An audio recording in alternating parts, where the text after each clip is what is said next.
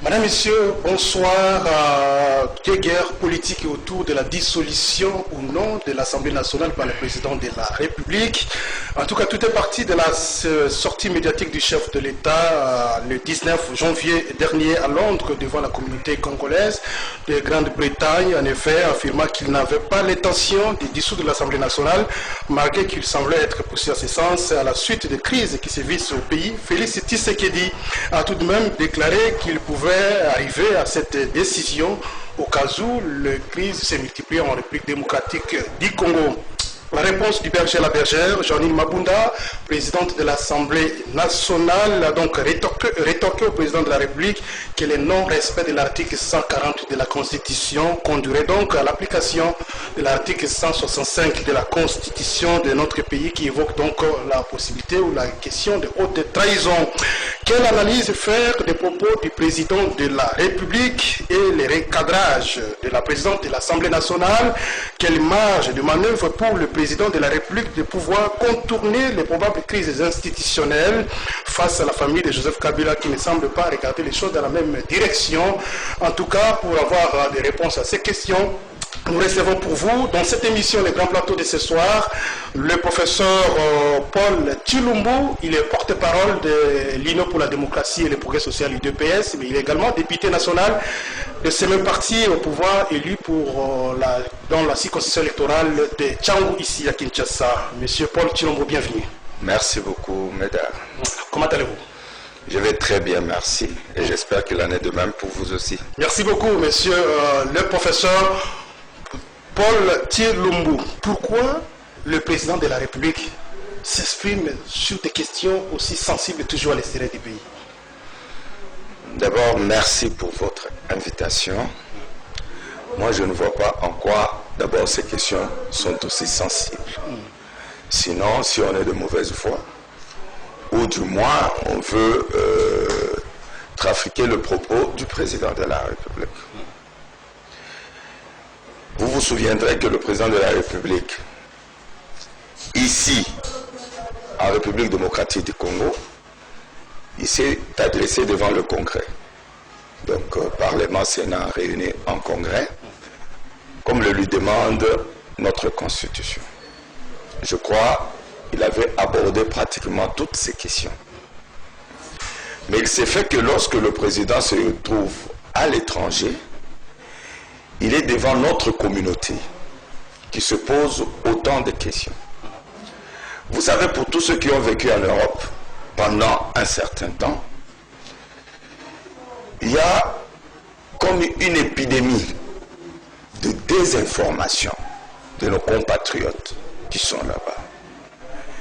Il y a des gens qui se sont érigés, ils ont même des chaînes de radio à diffuser des mensonges à longueur de journée. Et comme on dit, à force de diffuser des mensonges, les gens finissent par prendre ça pour des vérités. Ainsi, chaque fois que le président de la République se retrouve devant la communauté congolaise, il a l'obligation de communiquer avec eux et de communier avec son peuple. Et je crois que c'est dans ce cadre-là que le président a parlé avec nos compatriotes de Londres. Est-il obligé de répondre aussi directement à des questions sensibles à ce niveau-là? Je pense que les questions ne sont pas sensibles, ce sont des questions de la République. Il faut communiquer, il ne faut pas laisser un flou artistique dans la tête de nos compatriotes. Sinon, ils ne comprendront jamais ce qu'il fait, sinon, ils ne l'accompagneront jamais. Et moi, je ne vois aucune question sensible dans tout ce qu'il a dit. Aucune. Toutes ces questions, il les a évoquées ici. Il peut les évoquer devant n'importe quel auditoire des Congolais, parce que nous estimons que ce que nous faisons ici concerne tous les Congolais. Alors, à propos de Banyamulenge, par exemple, peut-on dire aujourd'hui qu'il y a un groupe ethnique dans notre pays qui s'appelle Banyamulenge? Oui, mais moi, ça m'étonne. Tu sais, des fois, nous, les Congolais, nous avons une maladie. La maladie de ne pas lire, ne fût-ce que l'histoire de notre pays. Ça m'étonne qu'aujourd'hui, qu'il y ait même des intellectuels qui relancent les débats sur la question de Banyamulenge. Cette question a été close à Sun City. Ce débat-là n'est plus d'actualité. Les Banyamulenge sont des Congolais. D'ailleurs, la Constitution dit tous ceux qui étaient sur le sol congolais avant l'indépendance, qui avaient des terres ici, ils sont des Congolais. Certains vous diront que la loi de 2004 aura peut-être changé les choses. Laquelle? Laquelle? Quelle loi? Je parle de la Constitution. Alors maintenant, la Constitution a été promulguée en 2006. Vous êtes encore au niveau de la loi de 2004. Et maintenant, le débat peut-être qu'on peut se poser. Parce que, à part les Banyamulenge, qui étaient, ou les Tutsis d'origine rwandaise, qui étaient sur notre territoire avant l'indépendance, nous avons connu deux guerres, avec le M23, avec le CNDP. Et ces guerres ont amené encore un flux plutôt de Tutsis rwandais. Maintenant la question, comment différencier les Tutsis qui étaient sur le sol avant l'indépendance et les Tutsis qui sont venus après les guerres de M23 et de CNDP? Là, c'est un débat. Alors, est-ce que c'est pas paradoxal qu'on se réclame à la fois être congolais, mais à la fois rwandais, et pourtant, cette constitution dont vous avez fait allusion tout à l'heure, de 2006, parle de la nationalité exclusive. La nationalité congolaise est exclusive. Mais attendez. Est-ce que c'est pas une contradiction? Ce n'est pas à moi de répondre à cette question. Parce que là, les Congolais, nous sommes en train de subir nos propres turpitudes. Souvenez-vous, en 2006, avant les élections, n'est-ce pas? Pourquoi Tshisekedi n'est pas allé aux élections en 2006? Parce qu'il avait posé comme préalable le recensement, l'identification des nationaux de tous ceux qui sont sur le territoire national. Qui l'avait écouté? Qui? Parce qu'au moins, si on l'avait fait à cette époque-là, on aurait pu avoir une base de données qui pouvait nous permettre de savoir qui était là lors de l'identification, qui viennent après l'identification, et on pouvait les identifier. Mais personne ne l'a écouté. Tout le monde était pressé pour aller aux élections et aller prendre le pouvoir. On a dit, ça suffit, nous avons fait l'enrôlement, ces histoires, mais aujourd'hui ça nous rattrape. Alors maintenant que son fils est au pouvoir, est-ce qu'il ne pouvait-il pas attendre la phase du recensement, par exemple, avant de se prononcer sur une telle question? Non, la question, bien qu'il y a il n'y a pas à se prononcer sur cette question parce que la question a déjà été résolue. Ça c'est un autre, je dis bien ça c'est un autre débat. Les Banyamulenge sont-ils Congolais, oui ou non? Oui, point barre. Vous êtes vous-même posé la question de savoir, il y a ceux qui sont venus avant l'indépendance et ceux qui sont venus après l'indépendance. Oui, mais ce ne sont pas les Banyamulenge. À la suite notamment de la guerre de 1914, ce ne sont pas ceux qu'on a, parce que quand on dit aussi Banyamulenge, c'est abusivement, on les appelle les Banyamulenge parce que Mulenge c'est au sud Kivu, il y a les Tutsis d'origine rwandaise au nord Kivu, il y en a Tanganyika, etc. Mais je dis, ça c'est un autre débat. Et nous sommes en difficulté. C'est pourquoi je dis ceci. Si on dit les Banyamulenge sont-ils Congolais, oui ou non, la réponse est oui. Point. Il n'y a pas de débat. Il n'y a pas de débat. Maintenant, y a-t-il des Tutsis d'origine rwandaise qui se font passer pour les Banyamulenge congolais? Ah, ça je dis oui. Vous comprenez? Il y a une bonne nuance. Et le président a dit que les Banyamulenge sont nos frères congolais. Il n'a répété que ce que dit la Constitution et les lois de la République. Pourquoi vous appelez ça? Vous appelez à quand le président semble quelque part défendre ces Banyamulenge, mais qui, au vu de la situation à l'est du pays, notamment à Beni, la population, nos frères qui sont là, pensent que la guerre est interminable dans cette partie, notamment causée par ceux-là qui aujourd'hui sont appelés, considérés comme des Congolais. Non, je suis désolé. D'ailleurs, ce que vous venez de dire là, c'est un peu de l'intox. Le président n'a pas défendu les Banyamulenge. Tout le monde est au courant des problèmes qu'il y a à Minembwe. Vous avez tous suivi, les vidéos ont circulé. Le lobby des Banyamulenge au niveau de la communauté internationale. Ils ont été aux États-Unis, Ils sont à Londres. N'oubliez pas que le lobby principal de Banyamulenge se trouve à Londres. Le président ne pouvait pas éluder cette question pour ne pas donner prétexte à ces lobbies et à ces Banyamulenge qui sont en train de sillonner le monde pour prétendre qu'il y a un génocide de Banyamulenge à Minembwe. Le président devait leur adresser un message. Et il a été clair. Il a dit les Banyamulenge sont des Congolais. Mais c'est à ses compatriotes, par leurs attitudes, leurs agissements, de prouver aux autres communautés qu'ils aiment leur pays et qu'ils travaillent pour le développement de ce pays.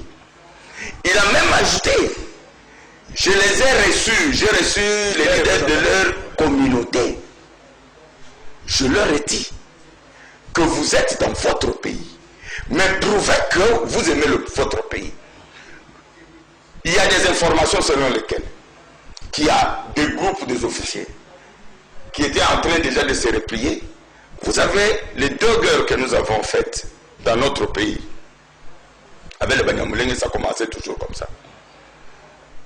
Il y a un génocide dans le Kivu contre les Banyamulenge. Il y a un génocide. Ils vont chercher les lobbies à travers le monde. Ils font passer leur discours pendant que nous, ici, on est en train de danser. Et demain, vous verrez, il y a les Américains, il y a les Anglais, les multinationales qui le soutiennent. Et le président était dans l'obligation de communiquer pour faire comprendre à la communauté internationale, pour faire comprendre à leur lobby que les Banyamulenge sont à l'aise ici. Alors, venons-en maintenant à la guerre, ce que j'ai appelé guerre politique entre la coalition au pouvoir, les FCCH, à la suite de la déclaration faite par le président de la République devant nos compatriotes à Londres. D'abord, comment vous vous sentez dans votre peau de membre du parti au pouvoir face à cette histoire, cette guerre politique, des déclarations controversées entre votre coalition au pouvoir, CASH, FCC? On sent qu'il y a quelque chose qui ne va pas. Vous vous sentez comment? Non. Bon, moi je ne dirais pas que je me sens à l'aise ou encore moins mal à l'aise. Je crois seulement que je mets ça sur le péripétie d'une coalition de gens qui se sont battus pendant plusieurs années et qui sont obligés aujourd'hui par les résultats des élections de cohabiter ensemble. Je crois que de notre côté, en commençant par le président de la République, il a fait beaucoup d'efforts pour faire comprendre à nos compatriotes du FCC que nous devons travailler pour l'intérêt de notre peuple. Chaque fois qu'ils sont en réunion de ministres, ils n'arrêtent pas de dire qu'il n'y a pas de ministre FCC, il n'y a pas de ministre CASH. Alors, s'il y a un groupe de gens ou un groupe de ministres qui viennent dans les réunions du Conseil des ministres pour défendre leur camp politique, à ce moment-là, ça pose un problème. Parce que là, ils ne voient pas l'intérêt du peuple congolais, mais ils voient l'intérêt des individus ou des groupes d'individus qui sont dans leur camp politique. Et ça, c'est inadmissible. Et je pense que cette guerre est arrivée justement à cause de cette façon de voir les choses, à cause de cette façon d'agir. Mais j'ose croire que ce n'est qu'une tempête passagère. Nous allons continuer la coalition pour le bonheur de notre peuple. Alors, à suivre le président, la déclaration du président de la République, il semble que la question de la dissolution ou non de l'Assemblée nationale n'était pas à l'ordre du jour, ou n'est pas à l'ordre du jour. Pourquoi l'avoir évoqué avec d'abord les 2 présidents des 2 chambres du Parlement, Jean-Louis Mabunda et Alexis Tambamamba, le 13 janvier, comme l'a rappelé la présidente avant-hier, et aussi devant la communauté congolaise? Non, mais je crois que si vous avez suivi l'intervention du président, il a dit qu'on me prête des intentions. Je ne sais pas s'il faisait allusion, n'est-ce pas, à la réunion qu'il avait eue avec les 2 présidents du Parlement. Mais au niveau de la forme, je crois que ma présidente, elle nous a mis tous mal à l'aise. Parce que, 1, nous sommes en vacances parlementaires. De 2, on s'est posé la question, elle apparaît titre personnel en tant que membre du FCC, ou bien elle a parlé en tant que présidente de l'institution Assemblée nationale. Parce que si elle a parlé, et on m'a dit, On m'a dit par le journaliste qui était dans la salle, on lui a posé la question, il a dit, elle parle comme présidente de l'Assemblée nationale. Et là, elle a tort. En tant que présidente de l'Assemblée nationale, elle devait avoir le devoir de réserve. Parce qu'elle n'est pas la correspondante du président de la République. Le président de la République est une institution. Et il est tout à fait maladroit lorsque vous allez en réunion avec le président de la République.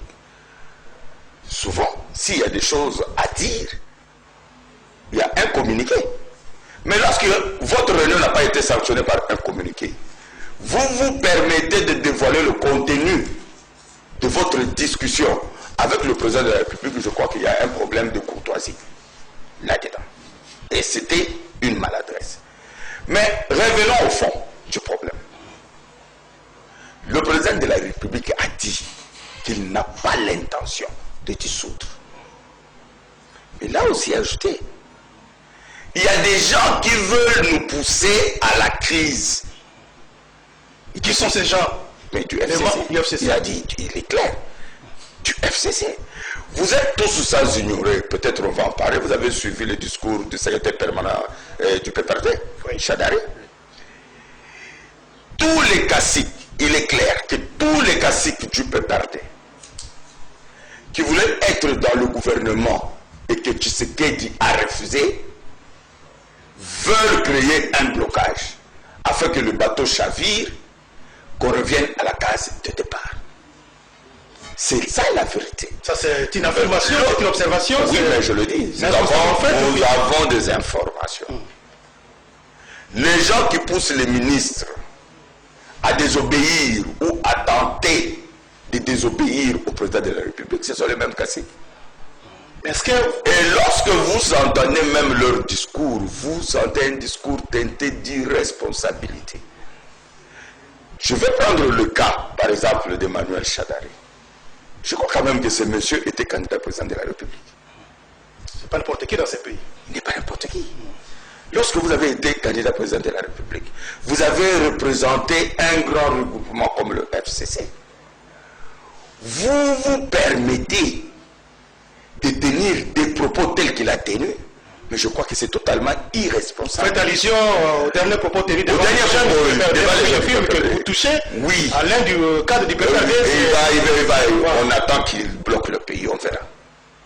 Mais regardez maintenant la différence dans la démarche de Tshisekedi. Tshisekedi dit, si vous m'empêchez de servir notre peuple, tu comprends la différence? Il dit, si vous bloquez, parce que moi j'ai une vision, moi j'ai un programme pour notre peuple. Nous avons trouvé le pays là où vous l'avez laissé. Nous avons une vision aujourd'hui pour vaincre la pauvreté et mettre les bases pour le développement de ce pays. Si vous me bloquez, à ce moment-là, il y aura crise. Alors, et la crise va nous amener à la dissolution. Comment peut-on bloquer le président de la République, lui qui est apparemment chef de la majorité au pouvoir, la majorité parlementaire, parce que ce sont les députés de la majorité qui ont approuvé les programmes du gouvernement, qui ont voté la loi des finances 2020. Est-ce qu'il n'y a pas une contradiction dans les propositions? Non, il a dit ceci encore. Il n'y a pas de contradiction. Il y a des tentatives de blocage. Mais lui-même, il a dit jusque-là, il n'y a personne qui lui désobéit. Parce que c'est lui qui osera à lui. Parce que c'est un dernier avertissement. Pour tous ceux qui connaissent comment Tshisekedi fonctionne, quand il commence à hausser le ton comme ça veut dire que les choses deviennent graves. Le président, pour tous ceux qui l'ont côtoyé, ils savent que c'est un homme qui a beaucoup de réserves. Et il a toujours un langage conciliant. Le président n'est jamais un va-t-en-guerre. Même pour nous, les membres du parti, même pour nous, les cadres, quand il y a des problèmes au sein du parti, il aime toujours qu'il y ait réconciliation. Mais dis-moi, on peut comprendre aujourd'hui que le fait pour le président de la République d'avoir abordé cette question avec les deux présidents de l'Assemblée nationale du Sénat, ça veut dire que quelque part, Félix a l'intention de pouvoir procéder à la dissolution de l'Assemblée. Mais il a dit lui-même que je n'en ai pas l'intention. Pourquoi vous voulez lui faire dire ce qu'il n'a pas dit? Quelqu'un qui n'a pas Il dit, je n'en ai pas l'intention, mais je vous préviens. Je n'en ai pas l'intention, mais je vous préviens. Si vous croyez que vous allez travailler contre le bonheur de notre peuple, vous créez une crise, je vais dissoudre. À votre avis, le président peut contourner les dispositions prévues à l'article 148 qui prévoit notamment qu'il faudrait consulter le Premier ministre, le président de l'Assemblée, du Sénat. Est-ce qu'il peut contourner cette disposition? Malheureusement, non. Malheureusement, je ne suis pas juriste de formation, mais autour de moi, j'ai des grands Comme politique, juristes. vous êtes parlementaire. Oui. J'ai des grands juristes. J'ai posé aussi la même question. Ils m'ont dit consulter, c'est-à-dire que c'est un avis consultatif. Mais le président n'est pas lié aux réponses que vont donner le Premier ministre et le président de l'Assemblée nationale ou du Sénat. C'est un avis consultatif. De toutes les façons, la seule personne qui peut prendre l'ordonnance pour dissoudre le Parlement, c'est le président de la République. Et ça, c'est son pouvoir discrétionnaire. Personne d'autre ne peut le faire. Ni le Premier ministre, ni un ministre, ni le ministre de l'Intérieur. Donc il n'y a que le président de la République qui peut dissoudre le Parlement. Quelle analyse faire maintenant de la réponse de Mabunda? Vous dites qu'il n'y a que le président de la République qui peut prendre l'ordonnance, qui peut signer, qui peut dissoudre l'Assemblée nationale. Mais Janine Mabunda rétorque, écoutez, si vous ne respectez pas les dispositions qui sont prévues à l'article 148, c'est que vous allez aller à la contre, vous allez aussi subir les sanctions prévues à l'article 165. D'accord. Réfléchissons. C'est pas un problème. Oui. C'est pas un problème. J'ai dit déjà que ce sont des propos maladroits. Et vraiment discourtois à l'égard du président de la République. Mais réfléchissons par absurde. Aujourd'hui, le président prend une ordonnance, il dissout le Parlement. Maintenant, Mabunda va aller se réunir où pour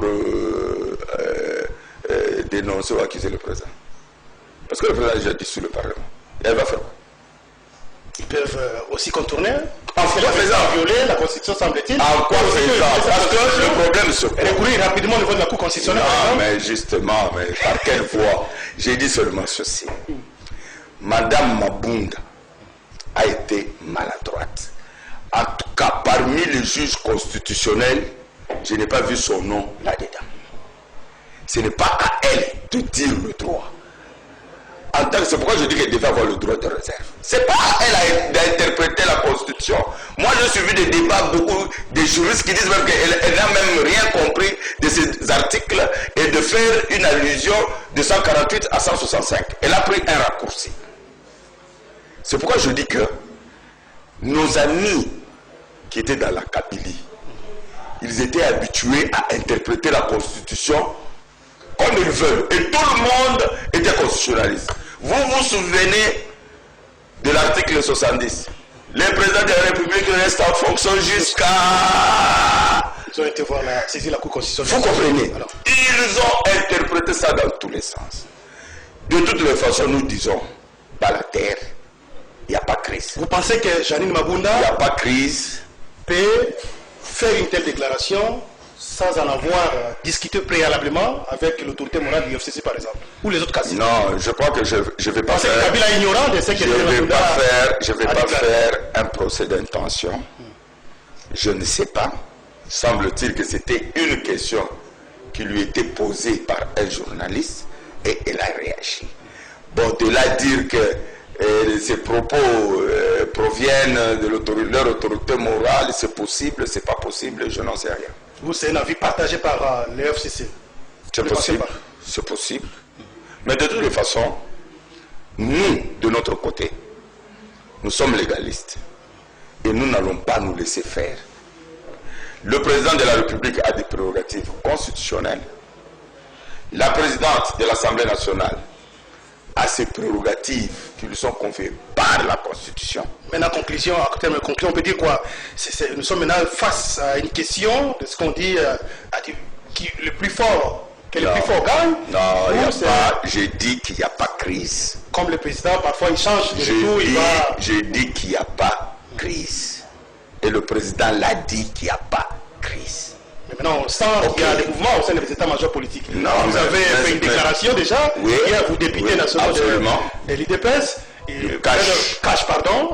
près de 20 députés sur les 48, que Janine a qualifié autrefois un petit groupe de 48 députés sur les 500 qui composent l'Assemblée nationale. Vous avez brandi des menaces aussi contre Janine Mabunda.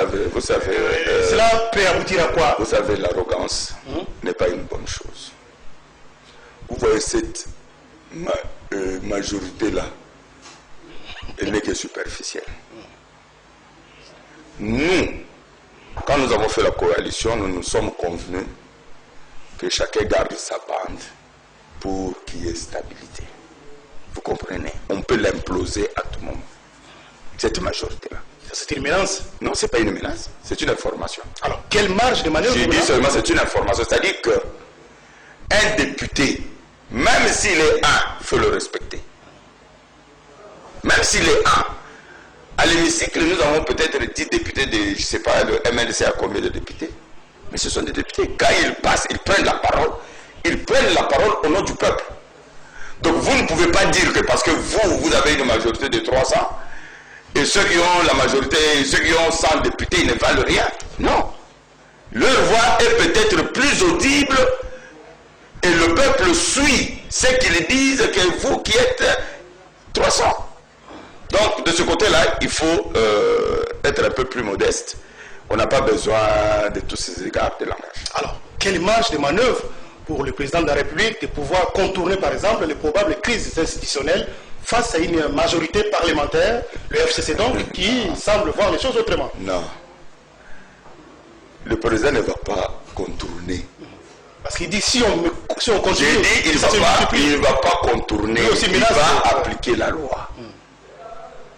Il va agir en tant que le garant du bon fonctionnement des institutions. Il va agir en tant que le garant du bon fonctionnement des institutions. Vous n'allez pas bloquer les institutions et croire que le président va rester là en train de vous regarder. Vous vous trompez. Vous vous trompez. Il va agir. D'ailleurs, il a prévenu que le ministre qui osera à ne pas se soumettre à ces décisions, il va le chasser du gouvernement. Qu'en a-t-il pour le faire avec les ministres de portefeuille qui n'appliquent toujours pas les ordonnances nommant les mandataires à la GECAMIN et il a dit la question des ministres de portefeuille a été remise sur la table des négociations. Donc ça, il faut négocier. Lui-même, le président, il a dit aucun ministre ne les désobéit.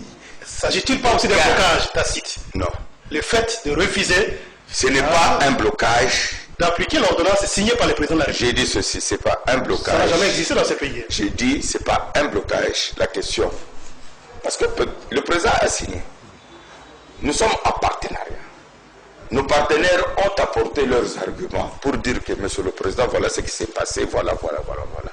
Et le président a accepté qu'on remette la question dans la vase des mandataires publics. Alors, si déjà, pour une question de mandataire, ça pose problème, je vois votre acharnement. Voir les chefs de l'État prendre l'ordonnance de dissolution d'une Assemblée nationale, sans pourtant consulter préalablement, sans pourtant avoir recueilli l'avis favorable du FCC. Est-ce que pas l'avis vous mesurez la dangerosité de la question? J'ai dit ceci. Oui. Le président va respecter la procédure. Et après avoir respecté la procédure, il va agir dans le cadre de ses prérogatives constitutionnelles. C'est clair. S'il y a crise, il va dissoudre le Parlement. Ça, vous pouvez me faire confiance. Et ils ne vont rien faire.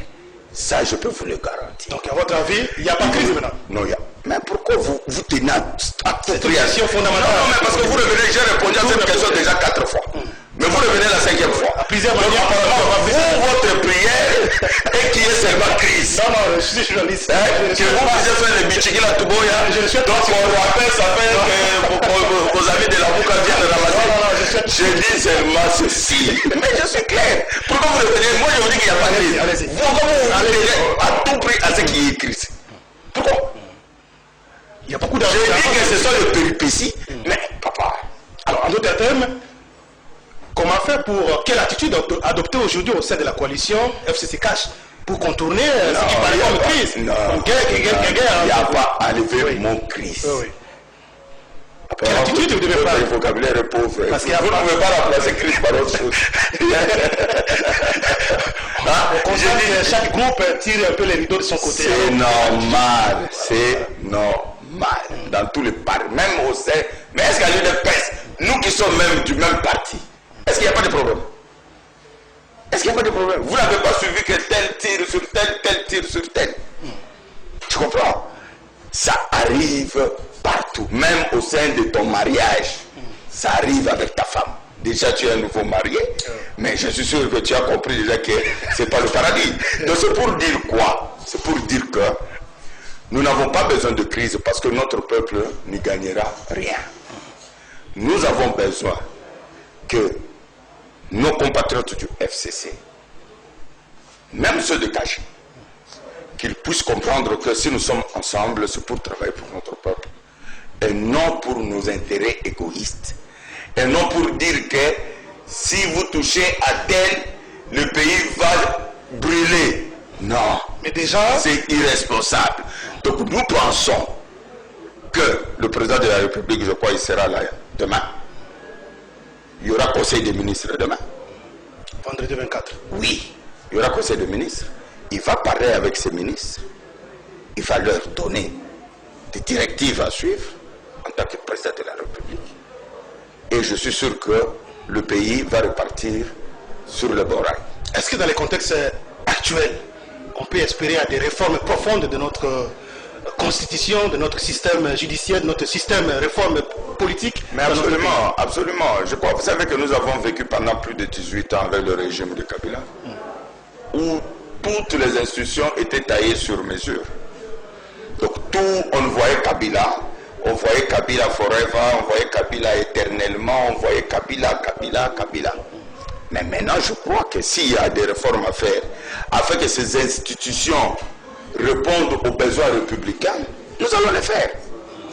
Alors, votre point de vue sur la proposition de sortie de crise de Martin Fayulu? Laquelle? Martin Fayulu qui propose des réformes profondes, institutionnelles par exemple, pour se faire des élections anticipées, parce qu'il voit il est encore dans sa évoluer dans le contexte où il serait bloqué par il a encore Genève dans sa tête. On lui avait fait signer le document que vous serez président pour 2 ans. Après, vous organisez des élections anticipatives où Bemba et Gatumbi viendront prendre le pouvoir parce qu'eux sont le propriétaire du Congo. Non. Martin Fayulu qu'il arrête sa distraction. C'est une distraction. Une pure distraction. Qu'il aille implanter son parti. Qu'il prépare les élections. La Sénico est actuellement en vous parler. Il y aura il n'y en aura pas. Pour tenter de convaincre les partenaires. Ils perdent leur temps. Parce qu'au moins aujourd'hui, l'intérêt général. Il peut faire ses manifestations comme il veut, il peut s'exprimer comme il veut. Les chiens à bois, la caravane passe. C'est ça un peu. Ce n'est pas que le chien, j'ai dit seulement qu'ils sont dans une distraction. Une distraction qui ne servira pratiquement à rien. Est-ce que vous voyez Katumbi le suivre? Il ne le suit pas. C'est un homme pragmatique. C'est un président élu. C'est comme si j'ai dit, mais il peut le Katumbi que les autres. Bon, s'il est élu dans sa tête, n'est-ce pas? Il était allé à la Cour constitutionnelle, on lui avait demandé les preuves, il n'en avait pas. Donc ce débat-là est déjà révolu. Même en bon a dit, regarde ton défend. Donc vous comprenez. Alors, dernière question, en 30 secondes. Je sais très bien que vous avez déjà abordé la question.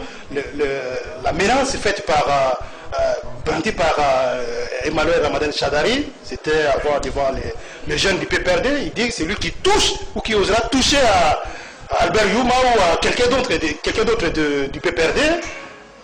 Ce pays sera remplacé. Est-ce que vous voyez vraiment un responsable politique tenir de tels propos? Youma, la justice va faire son travail. Et lui embrase le pays. Nous l'attendons. Merci beaucoup. Je vous en prie. Merci beaucoup. Mesdames et messieurs, merci de nous avoir suivis un peu partout à travers la République démocratique du Congo, mais aussi à l'étranger. Nous avons reçu pour vous dans cette émission le professeur Paul Tshilumbu. Il est porte-parole de l'Union pour la démocratie et le progrès social, il est député national, élu de la circonscription électorale de Tchangou pour les comptes de l'UDPS. Merci à vous de nous avoir suivis à la télé tout comme à la radio. On se retrouve très prochainement. Merci également à toute l'équipe technique sous la supervision de Doudou Montiri, Aleka Bongete à la régie, Karine Bébé derrière les caméras. Au revoir et à très bientôt. Merci beaucoup. Merci beaucoup.